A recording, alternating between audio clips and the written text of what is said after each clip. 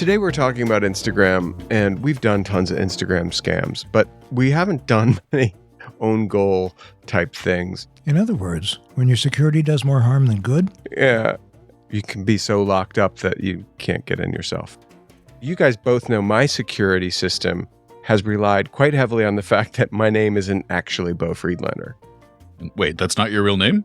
Okay, cute. You know it's not my real name, and Adam certainly knows it's not my real name. So I absolutely know, and for a few extra dollars, I consider keeping it secret.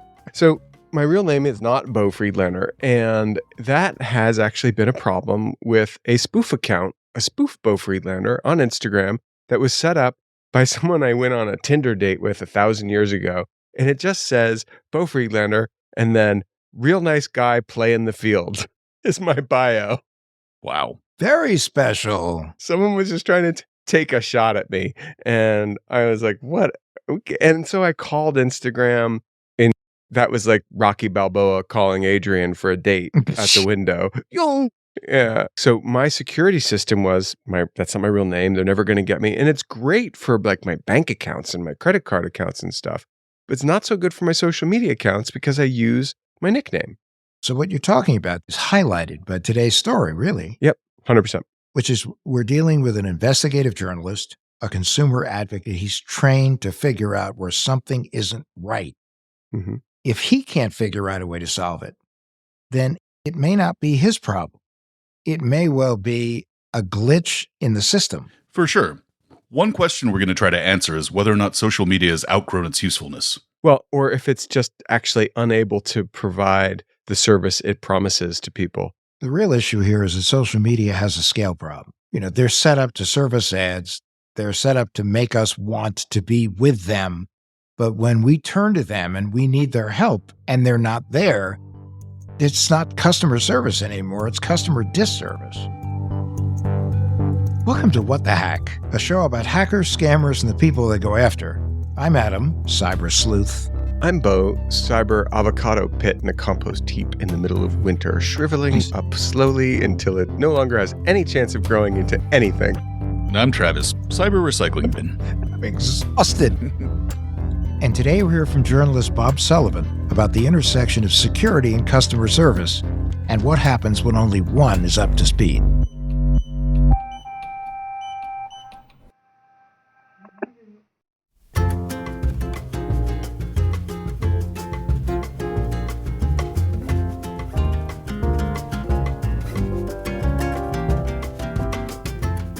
So, Bob, where are you coming to us from today? I'm sitting in my perch in Washington, D.C. For our listeners, Bob is an author. He's an investigative journalist. He's host of Duke University's Sanford School of Public Policy and the Keenan Institute for Ethics podcast, Debugger. Yes? You were Red Tape Chronicles, right, for MSNBC? I can think of my principal activity as I have a Substack named The Red Tape Chronicles, where I write the same sorts of stories that I did for NBC. And for people who don't know Red Tape Chronicles, can you please tell us what it is? Our lives are now full of all sorts of red tape, whether it's from our cable bill or from a hacker or just from broken software. Our lives are full of these really frustrating moments, and I like trying to explain why they happen and help people untangle them. What drew you to that topic in the first place? My own incredible frustration with life. Oh, that'll do it. Yeah. The Red Tape Chronicles itself came from covering the aftermath of Hurricane Katrina and the distribution of money after that and just how incredibly awkwardly that was done. And we usually think of red tape as government red tape and the nightmares people have when trying to get a new license or open a business or those sorts of things. But that kind of red tape frustration is hardly limited to people dealing with government agencies. And in many cases, corporations inflict that sort of frustration on us now. And for sure, technology does.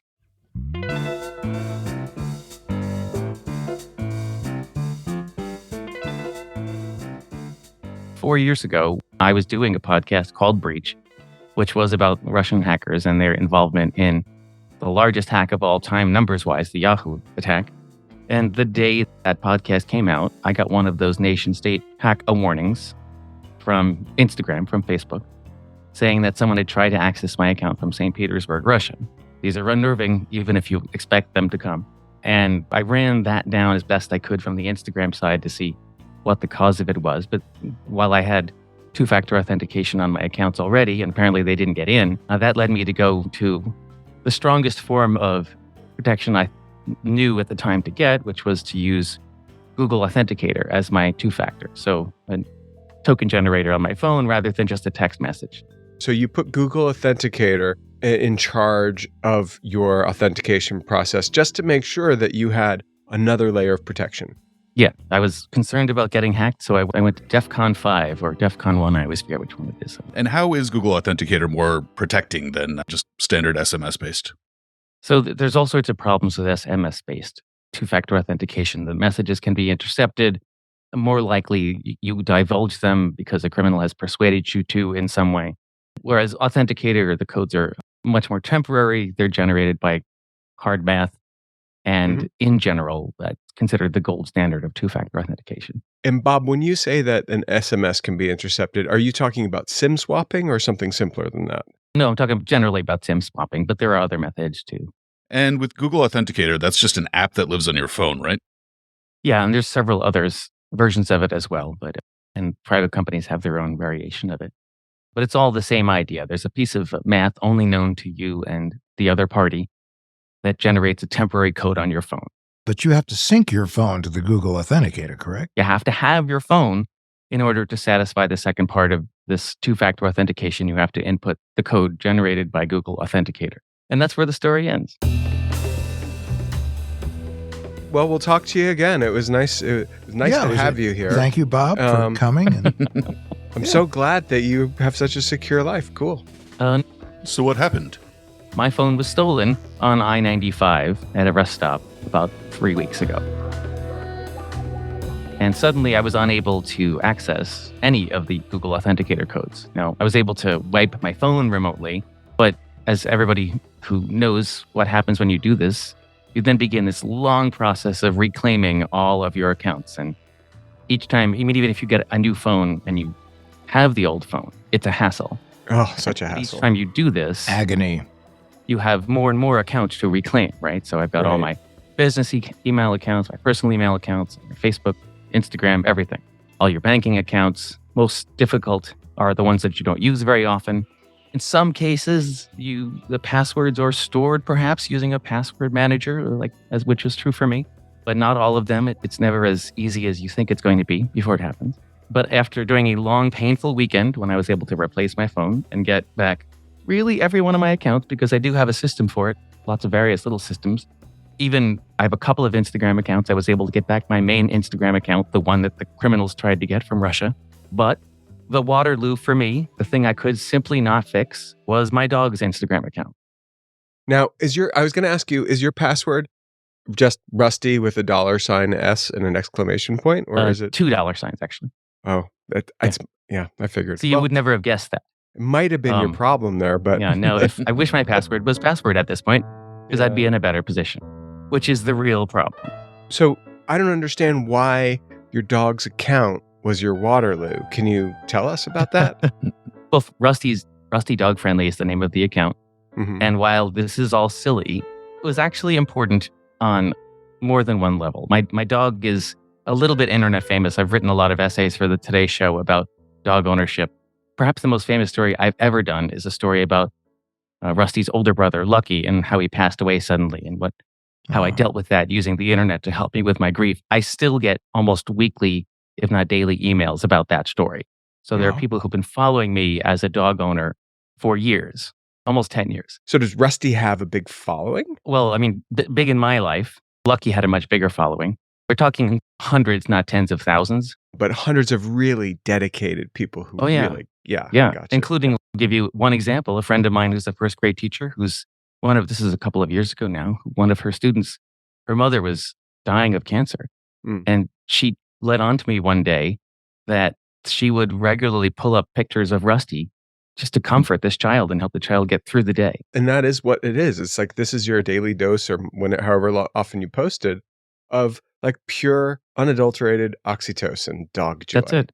Yeah. And I think we can make a case this might be the only actual good thing about the internet is sharing puppies. Yeah, dogs. It's true. It's a small list, and that's probably the top of the list.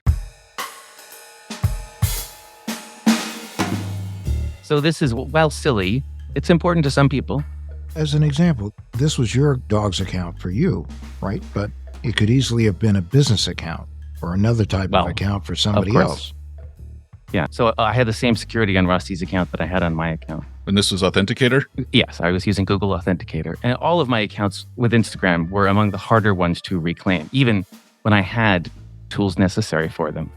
With my own personal account, I had to go through this process where one of the things that Instagram required of me was to write down on a piece of paper a 5-digit code, my name and my handle by hand, so it couldn't be automated, and to hold it near my face so that someone or something could review that to see that my request to re-access my account was legitimate. That actually worked. And I think it worked because I also had what are called these one-time recovery codes.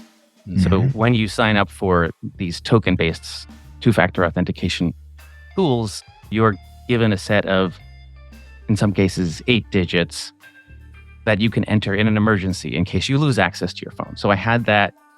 I went through the process. I reclaimed my Bob Sully account. But when it came to Rusty, for whatever reason, the one-time codes that I have, they're 4 years old. They're from the date I opened Rusty's account. Right. None of them worked. Now, is there a shelf life for them that I'm unaware of? I don't know. I'm fairly certain they are the correct codes. I certainly never used them, so because they're one-time codes, they never expired.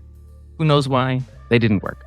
The other issue is that a lot of people get these one-time recovery codes and promptly lose the piece of paper. Yeah. Does Rusty have a driver's license? He does not, nor a passport. But as with all of these situations, there's always like, that failed, try this. If that failed, try this. So there is something else to try.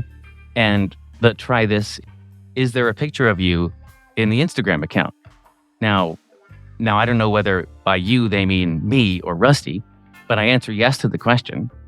And once you answer yes, it then says, we're going to take a video selfie of you. And then it's going to be reviewed. It's going to take 3 or 4 days, so sit tight, but we'll review it. And if your picture's in the account, we'll release the account to you.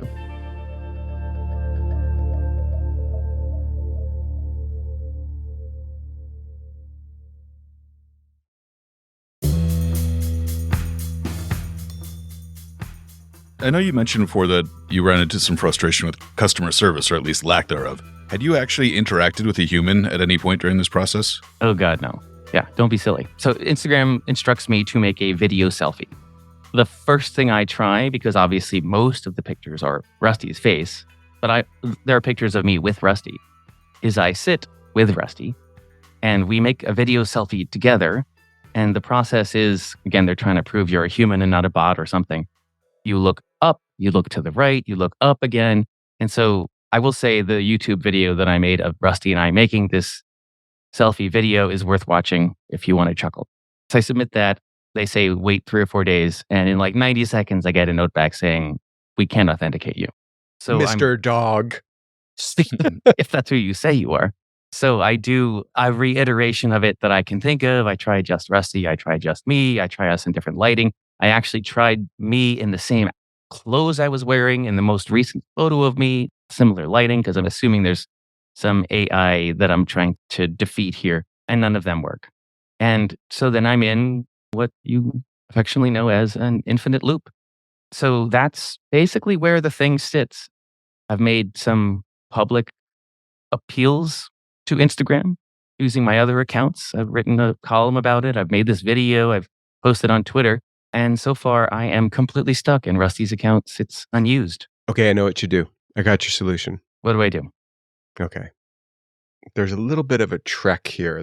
You're going to have to travel up the mountain and throw the gold ring into the lava. But that was very Lord of the Rings there. Yes. What you want to do is you want to get Rusty an agent for a modeling contract. And then make the agent get Rusty verified. And then you're golden. Get it? Get any ideas for dog agents? Golden. I don't get it. Sorry, I stepped on your joke. I'm sorry. That was bad form of me. How long has it been that you've been going through this now? So about a year and a half ago, I did a story with someone who you all know and love very well, Eva Velazquez. yeah. the Identity Theft Resource Center, Yeah. about an enormous spike that she was seeing in Instagram hacks. We had a number of people on the show that lost their Instagram accounts and had gone through hell, basically. Yeah, and there are people out there who, for thousands of dollars, they might be able to get your account back because they have connections either with law enforcement or with Meta. But are you really going to spend that kind of money to get your account back? It depends. If your account is your livelihood, some people might do that, but let's make the very important point that I think there are far more people who are scammers who say they can do this and just take your money and don't do anything. So it's important not to confuse that issue. But I want to make this really important point about the customer service of it all. So many of these scams were related to cryptocurrency, right? So people would hijack a high follower account and then make some fake crypto scam out of it. They were offering people early options to buy into a new crypto coin that didn't exist. But while these people were trying to get their accounts back, their name was being used in crime. They knew it was a crime. And yet you still can't get Instagram. Forget about getting your account back. These people just wanted their accounts disabled so that someone else couldn't be committing crimes in their name. And they couldn't even get Instagram, Facebook to do that. Imagine your name, face, likeness being used in an ongoing crime, and there's nothing you could do about it. No 911 you can dial to stop this crime. So again, what's happening with Rusty's account is small potatoes compared to what's happening to those people. But it is an indication of just how incredibly chaotic their security systems must be and their ability to deal with customer problems. And I go back to my original proposition. When no one can talk to you, when there's a problem, the criminals have a massive advantage. And that's what we're seeing here. The criminal knows you can't, there's nothing you can do. Right. Yeah. And that makes you an incredibly vulnerable target. And so what's the answer? Well, put really high security on all your accounts unless you end up in my situation. So again, all of these things make us all far more vulnerable, far more fragile. And I will say this till the cows come home. You shouldn't be in business if you can't answer the phone when there's a crisis, when there's a crime going on. That should be one of the minimum requirements of being in business. I agree entirely, Bob.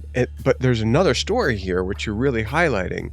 And to me is a real bug, which is if you're going to allow somebody to create a high security zone on an account, then you better also make it possible for them to get back in. In other words, if the security is so good that nobody can get back in, that's not called security. That's the most important part of this. Two-factor authentication is incredibly important. I do not want this story to have anybody take two-factor authentication off of their accounts. But at the same time, I'm here to say, be really careful when you use an authenticator app now, because really bad things can happen to you. So what's your advice for people who want to stay very secure, but also want to make sure that this doesn't happen to them? I don't have great advice. There are cloud-based authenticator apps that would probably have not left me in this position that I'm in. But then they are cloud-based. So you have the same scare about that. Some people are okay with cloud-based, but other people don't like the idea that they're just saving their information on someone else's computer. We are constantly making risk assessments, right? Like maybe it's safer to have a really hard password that's on a sticky note on your desk because that's less risky than having a easy password that you can remember, right? And so this is the same calculus with whether or not you use a cloud-based authenticator or an app-based authenticator, or I downgrade back to SMS because that's more convenient. All these things are individual choices, but none of us are really qualified to make those individual choices. Smarter people should be setting up security systems that have exceptions that can be satisfied. But you know what that exception is? Again, it's a phone call. So I am so frustrated that Facebook knows where I went to lunch yesterday, and they probably know where I'm going to lunch tomorrow, but they won't use any of that technology to let me get back Rusty's Instagram account. It reminds me a little bit of when we had Deviant Olaf on the show before, and he was describing the Swiss cheese model of security. It was saying that no one layer of security is going to be perfect. It'll always have holes, but if you stack enough of them together, then you can actually make it so that you can't get through the holes there. And in that case, one of the things he was referring to, one of those layers, was humans. Actually having a human that you can contact. So yeah, I think you're spot on as far as that's concerned. The likelihood, given the upheaval we're seeing right now at Meta, makes that seem rather unlikely, unfortunately. Yeah, and I think that it makes sense, though, to advocate for, I can't believe I'm saying this sentence, Meta, for a second. There are too many users out there for any group of humans to serve them well. Yeah, it's not like you can have your own customer service representative that you can call who knows you and you know them. There's billions of users. So how do you serve billions of users? You use AI. Is AI going to understand the problem set of Rusty and Bob? Or in my case, the fact that Bo Friedlander isn't my legal name and it's not on my driver's license. I can't get any of my stuff back from social that way. So it's a real problem set there should at least be like for users not standard issue, which is everyone, there should be a person to call, and there's not. Which means the business doesn't scale. But it does because they do. So what is that? It's just irresponsible scaling. Yeah. Okay. Yeah. I read a pretty compelling Atlantic article this week that social media itself is basically on the outs, right? Between what's happening at Twitter and what's happening on Facebook. I am one who thinks it's a pretty easy argument to make that social media never really did much good in the first place. And so when it disappears from us, we won't miss it very much. I think that's so smart. I really do think this is an argument. If you owned a mall and there were teenage gangs having fights regularly in your mall, you would be forced to hire more security. You would have to create a safe environment for these stores and for these civilians wandering around your halls. You couldn't get away with just ignoring it. But that's exactly how technology companies work right now. They've created these spaces where crime thrives and no one is requiring them to deal with it. No, and in real life, that mall would go out of business.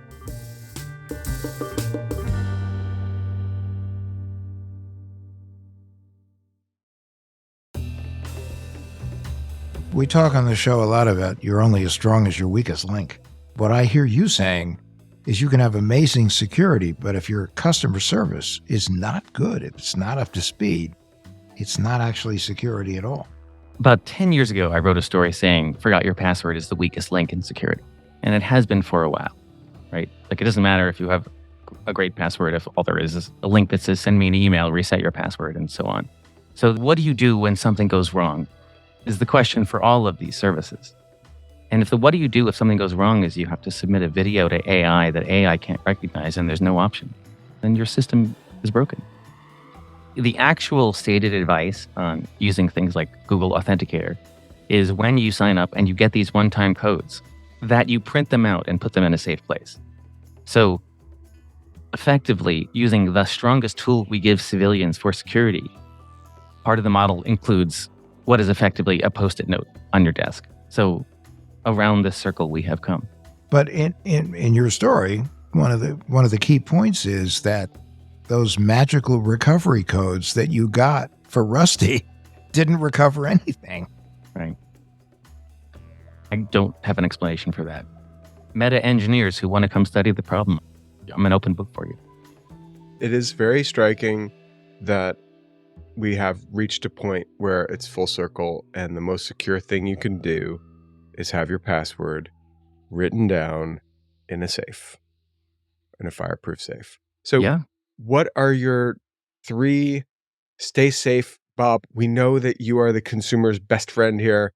What are the Red Tape Chronicle tips this holiday season or every holiday season? Give us three things to be thinking about as we go forward that aren't this sad story about Rusty's Instagram account. In my own defense, I would like to say that I batted like probably 97 out of 98 when I came to losing my phone. I recovered everything but Rusty's account. Okay. So I actually think that's an important message. I have this thing I talk about. It's just a plan B mentality. How many times in your life your car battery finally dies, and then when you go to jumpstart your car, the thing that's supposed to jumpstart your car isn't charged? Our lives are full of backup plans that actually are broken. But we don't know because we never see the status of our backup plan until the day we need it, and that's too late. Mm-hmm. So double checking all your plan Bs is really important. Imagine what would happen if you lost your phone one day. Goodness gracious, I mean, it happens to everybody every 2 or 3 years, something like this. And each time it's harder, right? Because we have more and more accounts and more layers of security. So that might be 1, 2, and 3. That was poetry. I don't think everybody thinks of security as a topic of poetry, but for us it is. Well, nobody thinks about their house burning down. Nobody thinks about somebody dying without a will. Life is full of these things. And the people who plan ahead for them just come out much better. That's why we talk about it in the 3 M's: minimizing risk, monitoring, and having a plan to manage the damage. Bob, we really appreciate you coming on the show. You're very welcome. And I have to interrupt to tell you that Rusty has been literally sitting here the entire time, wanting to participate. There he is. Rusty, you are a good boy, for real. And Rusty, we thank you for putting up with us and allowing Dad to have a conversation with us. He'll get an extra treat after we finish this. What a great dog. It's time for the tinfoil swan. Our paranoid takeaway to keep you safe online. Okay, Travis, what is it today? It sounds like Bob made all the right moves to keep his Instagram account safe, but there's one thing we haven't covered on the show that we need to. Which is? Third-party social media management apps. English? Travis speaking English? Come on. Righto. Third-party apps make it possible for someone besides the owner of a social media account to post things and interact with other users. Let me guess. They increase your attackable surface. Exactly. You need to hand over the keys to your account for a lot of them to work. Keys? Hey man, I thought we agreed to lay off the metaphors. Okay. You need to share your login credentials. And some of these apps can get your account banned for unauthorized activity. So you want to know who unfollowed you? And your password is the fee? Yeah, well, no such thing as free in the surveillance economy, right? So what can people do? All you need to do is click your profile picture, go to settings, and then apps and websites. If you see any apps that shouldn't be there, remove them immediately. Okay, so that doesn't secure your account. Pay attention now. Right. It means if this or that sketchy app can't continue to access your account, but if you shared your login data or any other sensitive information, you'll need to make some changes. You really don't need to use these things unless you've got a team developing your social media assets. And if that's the case, they should know how to stay safe. Keyword, should. You should definitely use two-factor authentication and strong passwords. Right. And if you do have more than one person working on an account, designate one person to handle the two-factor authentication. Okay. That's pretty good. And that is it. There's your tinfoil swan. Ta-da!